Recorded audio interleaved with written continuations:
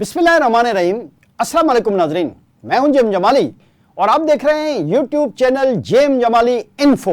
नाजरीन, आज के प्रोग्राम में हम भारत के हवाले से एक अहम तरीन मौजू को ज़ेर बहस लाएंगे। यूं तो भारत के हर इदारे में करप्शन ही करप्शन मौजूद है, अगरचे करप्शन पाकिस्तान समेत दुनिया के हर मुल्क का मसला है, लेकिन भारत में तमाम इदारों में ही बड़े पैमाने पर करप्शन मौजूद है कि जिनका ताल्लुक भारत की सलामती और खुद मुख्तारी से भी है। यानी हम भारत के दिफाई इदारों में बड़े पैमाने पर करप्शन पर बात करेंगे, जिसमें न सिर्फ भारत के सियासतदान, वज़रा और ब्यूरोक्रेट्स शामिल हैं, बल्कि इस करप्शन में भारत की मुसल्लह फ़ौज के अफसरान भी बिराए रास्त मुलविस हैं। अहम बात यह है कि करप्शन का सारा पैसा या तो हवाला हुंडी के जरिए मिडिल ईस्ट के एक मुल्क पहुंचाया जाता है, या फिर इन ममालिक से करप्शन और किकबैक्स का पैसा बिराए रास्त उनके गैर मुल्की अकाउंट्स में मुंतकिल कर दिया जाता है। जैसा कि आपके इल्म में है कि भारत दुनिया की सबसे बड़ी नाम निहाद जमहूरियत होने के साथ साथ दुनिया के सबसे बड़े असला दरामद करने वाले ममालिक की फहरिस्त में भी शामिल है। यही वजह है कि आइंदा माली साल के बजट में भारत का दिफाई बजट 90 अरब डॉलर से भी तजावज़ कर जाने का इम्कान है। भारत का दिफाई बजट दुनिया में सबसे बड़े दिफाई बजट रखने वाले ममालिक में शुमार होता है। दिफाई ज़रूरियात के तहत भारत ने गुज़िश्ता चंद दहाइयों में अरबों डॉलर के मुआहदे आलमी कंपनियों से किए हैं, मगर इन दिफाई मुआहदों की शफाफियत हमेशा मशकूक ही रही है और बारहा ये इल्ज़ामात सामने आए हैं कि दिफाई सौदों में रिश्वत, कमीशन, जाली कंपनियों के जरिए रकम की मुंतकली और सियासी मदाखलत जैसे अनासर शामिल रहे हैं। आइए भारत में होने वाले बड़े दिफाई मुआहदों, उनमें सामने आने वाली करप्शन स्कैंडल्स, अदालती तहकीकात और अवामी रद्द अमल का जायजा लेने की कोशिश करते हैं। भारत में दिफाई करप्शन की कहानी नई नहीं है।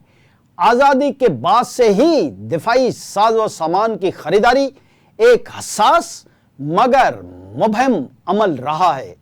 इस अदम शफाफियत का फ़ायदा अक्सर सियासतदानों, ब्यूरोक्रेट्स और दिफाई कॉन्ट्रैक्टर्स ने उठाया। 1980 की दहाई में होबफर्स स्कैंडल्स भारत में दिफाई करप्शन का पहला और बैनुल-अक़वामी शोहरत याफ्ता मामला बना, जिसने उस वक्त की कांग्रेस हुकूमत को सख्त नुकसान पहुंचाया। होबफर्स स्कैंडल भारत में दिफाई करप्शन की सबसे बड़ी मिसाल समझा जाता है। इस मुआहदे के तहत स्वीडन की कंपनी बुफर्स से 155 मिलीलीटर की हूटर्स तोपें खरीदी गईं। जल्द ही इंकशाफ हुआ कि इस मुआहदे में तकरीबन 64 करोड़ भारतीय रुपए की रिश्वत दी गई थी ताकि कंपनी को कॉन्ट्रैक्ट हासिल हो सके। ये मामला उस वक्त के वजीर आज़म राजीव गांधी के लिए एक बड़ा सियासी बहरान बना और बाद अज़ां 1989 में उनकी हुकूमत का खात्मा भी हुआ। सीबीआई की तफ्तीश, स्वीडन के इंकशाफात और अवामी दबाव के बावजूद कई दहाइयों तक इस मुकदमे में सजा तक न हो सकी। ताबरा कंपनी से मुतलिक एक और स्कैंडल उस वक्त सामने आया जब सहाफ़ी तंजीम तहलका ने स्टिंग ऑपरेशन के जरिए दिफाई सौदों में रिश्वतखोरी को बेनकाब किया। वीडियोज़ में सियासतदानों और फौजी अफसरान को नकद रकम लेते हुए दिखाया गया। इस स्कैंडल ने वाजपेयी हुकूमत को मुश्किल में डाल दिया और उस वक्त के भारतीय जनता पार्टी यानी बीजेपी के सदर भंडारी लक्ष्मण को इस्तीफा देना पड़ा। इसके अलावा इटली हेली वीवीआईपी कंपनी अगस्टा वेस्टलैंड से हेलीकॉप्टरों की खरीदारी में बड़े पैमाने पर बेज़ब्तियां सामने आईं। यह इंकशाफ हुआ कि भारतीय हकाम को रिश्वत दी गई ताकि कंपनी को 12 हेलीकॉप्टरों का मुआवजा दिया जा सके। इस स्कैंडल में साबिक एयर चीफ एसपी त्यागी का नाम भी आया और सीबीआई ने तहकीकात का आगाज किया। इटली में मुकदमा चला और कई अफराद को सजा भी हुई, जबकि भारत में तहकीकात ताहाल जारी है। जी नाज़रीन, एक और करप्शन का किस्सा फ्रांस के राफेल तैयारों से जुड़ा हुआ है। याद रहे कि ये वही राफेल तैयारे हैं कि जिन पर भारत को बहुत जख्म लगा, लेकिन हालिया पाक भारत जंग के दौरान महज चंद घंटों में भारतीय दिफाई इदारे घुटनों पर आ गए, क्योंकि पाकिस्तान की एयरफोर्स ने भारत के 6 तैयारे मार गिराए, जिनमें से 3 से 4 राफेल तैयारे भी बताए जाते हैं। राफेल तैयारे के गिरने के बाद भारत ने अमेरिका से दरखास्त की कि जंग बंदी करवाई जाए, लेकिन अब नरेंद्र मोदी एक बार फिर दोबारा से ओछे हथकंडों पर उतर आया है और इश्तियाल अंगेज और धमकी आमेज बयान देने पर तुला हुआ है। जी नाज़रीन, तो हम बात कर रहे थे राफेल तैयारों की खरीदारी में करप्शन स्कैंडल की। राफेल स्कैंडल हालिया बरसों का सबसे मुतनाज़ा दिफाई मुआहदा रहा है। फ्रांस की कंपनी डसॉल्ट एविएशन से 36 राफेल तैयारों की खरीदारी का मुआहदा 2015 में हुआ।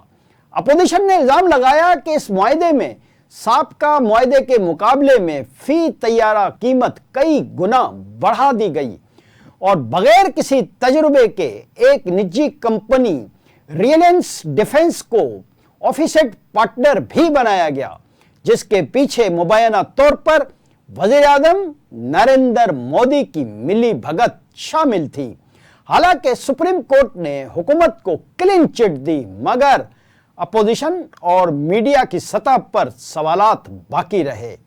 जब से नरेंद्र मोदी वज़ीर आज़म की कुर्सी पर बरजमान हुए, उस वक्त से इन्हें सबसे बड़ा मसला यही दरपेश रहा कि आरएसएस और उसकी बगल बच्चा हुक्मरान जमात बीजेपी के लोगों को माली फायदा कैसे पहुंचाया जाए और दोनों जमातों को माली तौर पर मुस्तहकम करने के लिए फंडिंग कैसे की जाए। नाज़रीन, बात यह है कि भारत में दिफाई मुआहदों में सबसे ज्यादा करप्शन बीजेपी के दौरे हुकूमत में ही हुई है, जो अरबों रुपए की करप्शन शामिल है। भारत में दिफाई मुआहदों में करप्शन की बड़ी वजूहात यह हैं कि दिफाई सौदों की नौयत खुफिया होती है, जिसकी वजह से इन पर अवामी या मीडिया की नजर नहीं होती। इसका फायदा उठाकर गैर कानूनी लेन देन छुपाया जाता है। दूसरी वजह यह है कि सियासी मदाखलत अक्सर सियासी रहनुमा दिफाई सौदों को अपने मफादात के लिए इस्तेमाल करते हैं। पार्टी फंडिंग, अकरबा परवरी और कमीशन का निज़ाम भारत में आम हो चुका है, जबकि तीसरी वजह यह समझी जाती है कि ब्यूरोक्रेसी की मिली भगत भी शामिल हुआ करती है। ब्यूरोक्रेट्स और दिफाई हकाम अक्सर कंपनियों के साथ मिली भगत करके शराइत में नरमी, जाली रिपोर्ट्स और दीगर साज़बाज़ करते हैं। इलाहाबादी दिफाई मुआहदों में आलमी असलहा कंपनियों का किरदार भी बहुत अहम होता है। बड़ी मल्टीनेशनल कंपनियां रिश्वत और कमीशन के बगैर मुआहदे हासिल करने की अहल ही नहीं होती। कई कंपनियों पर कई ममालिक में रिश्वत देने के इल्जामात साबित हो चुके हैं। भारत में दिफाई करप्शन की तफ्तीश ज्यादातर सीबीआई, ईडी और दीगर एजेंसियों के तहत होती है, मगर इनकी कार्रवाइयों पर अक्सर जानिबदारी या सुस्त रवि के इल्जामात लगते रहे हैं। अहम बात यह है कि दिफाई करप्शन के इल्जामात पर भारत में बहुत कम जिम्मेदारों को सजाएं हुई हैं।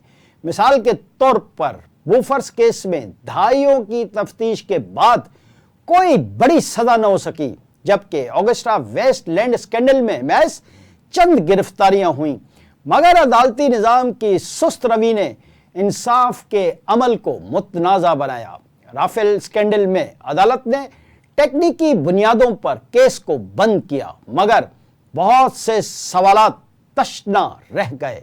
भारत के अवाम, खास तौर पर शहरी तबकात, दिफाई करप्शन के इंकशाफात पर सख्त रद्द-ए-अमल देते रहे हैं, मगर ये जज्बात वक्ती होते हैं। इलेक्शन के वक्त ये इशू सियासी हथियार बनते हैं, मगर बादअज़ा कार्रवाई आगे नहीं बढ़ती। बोफर्स स्कैंडल ने कांग्रेस को तवील मुद्दत तक सियासी नुकसान पहुंचाया। राफेल स्कैंडल में कांग्रेस ने मोदी हुकूमत पर शदीद तनकीद की, मगर वो इस इशू को वोट में तब्दील न कर सकी।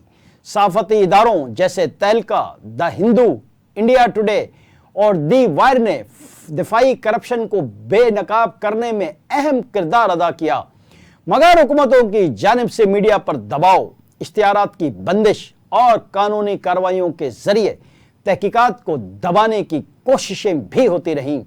जाहिर है कि कोई भी मुल्क अगर दिफाई मामलात में भी करप्शन में मुलविस होगा तो उसकी दिफाई कुव्वत तो अंदर से खोखली ही हो जाएगी, जिसकी वाज़ेह मिसाल हालिया पाक भारत जंग, जिसमें चंद घंटों बाद ही भारतीय फौज जमीन पर लेट गई। इस सूरत-ए-हाल से भारत की कौमी सलामती खतरे में पड़ गई। करप्शन की वजह से कम मयार का साजो सामान खरीदा जाता है, जो जंगी हालात में खतरनाक साबित हो सकता है। इसके अलावा इक्तिसादी तौर पर भी भारत को दिफाई मुआहदों में करप्शन की वजह से नुकसान पहुंचा है। अरबों रुपए की रकम जो दिफाई तरक्की पर खर्च होनी चाहिए थी, वो कमीशन खोरों, बीजेपी के कारकुन रहनुमाओं, वज़रा और आरएसएस के इंतहा पसंद हिंदुओं की जेब में चली जाती है। इलाहाबादी सूरत हाल की वजह से भारतीय अफवाज का मोराल भी शदीद मुतासिर हुआ है। जब फौजी जानते ही नहीं कि आला हकाम और फौज के आला अफसर रुश्वतखोर कंपनियों से सौदे कर रहे हैं, तो उनका एतमाद और पेशा वराना जोश मुतासिर तो होगा।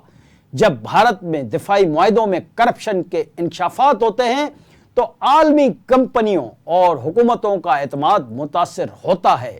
इन्हें खदशा होता है कि भारत में कारोबार के लिए रुश्वत देना लाजिम व मजलूम है। इससे भारत का दिफाई तिजारती माहौल भी शदीद मुतासिर होता है। दिफाई मुआहदों में करप्शन की संगीन सूरत-ए-हाल के पेश नज़र भारतीय अवाम ये मुतालबा कर रहे हैं कि दिफाई सौदों में शफाफियत लाई जाए, तमाम बड़े मुआहदों की तफसीलात पार्लियामेंट में पेश की जाएं और अवाम को बुनियादी मालूमात फराहम की जाएं। इसके अलावा हर करप्शन और स्कैंडल की आज़ाद तहकीकात कराई जाए। तमाम दिफाई मुआहदों की जांच के लिए एक आज़ाद कमीशन बनाया जाए जो किसी सियासी दबाव के बगैर काम करे, जबकि इन मीडिया के अफराद, इदारों और दिफाई मुआहदों में करप्शन से मुतलिक खुफिया मालूमात फराहम करने वाले इदारों को तहफ़्फ़ुज़ फराहम किया जाए। जबकि भारत के अवामी हलकों की तरफ से डिजिटल शफाफियत का भी मुतालबा किया जा रहा है।